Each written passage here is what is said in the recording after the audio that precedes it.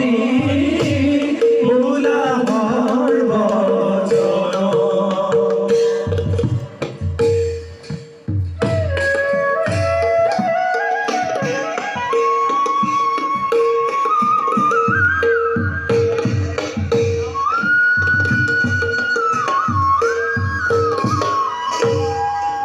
বসাহর গুরুদেব, গুরুদেব, আমার হেওয়া গ্রহণ করো।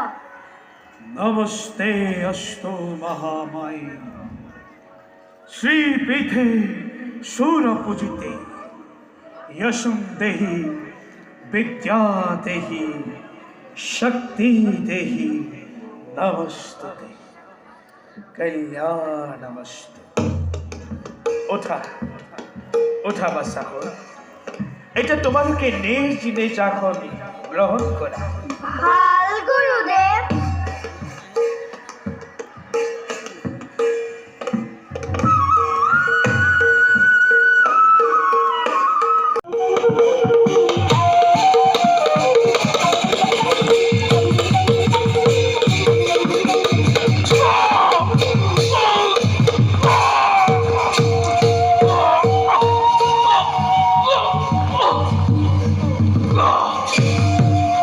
ভাই দাদা লক্ষ্মণ ঘরের হাতক নয়, প্রাণের এলে আমার হাতক। বলো ভাই, এই স্থান আমি এবে করু পরিত্যাগ। বলো দাদা, কন্টেক জীবনে অতি প্রয়োজন। বলো ভাই।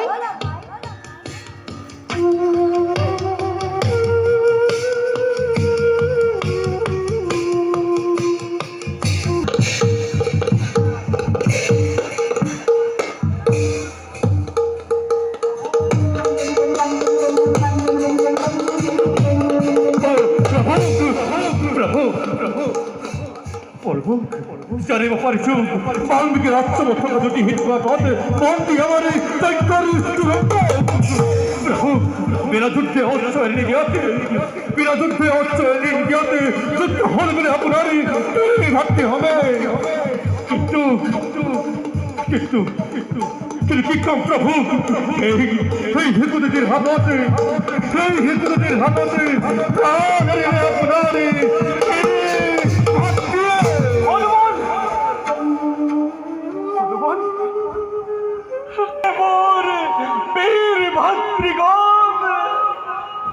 তোমাকে করব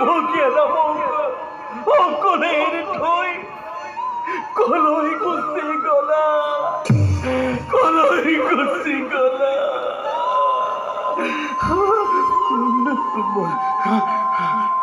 লাগাই হনুমান হনুমান এই তো বেচার হবই হনুমান লইয়া হবর ধনুর্বাণ এই মুহূর্ততে যাত্রা করি ভাতৃহন্তার পরত্ময় লম প্রতিহোধ। প্রভু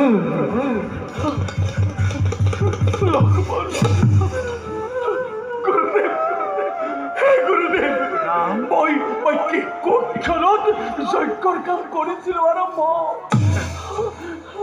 রাম ভাতৃহোগ ত্যাগ করা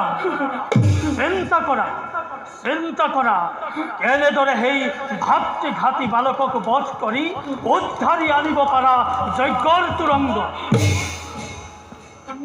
জমর সদনে জয় শ্রীরাম জয়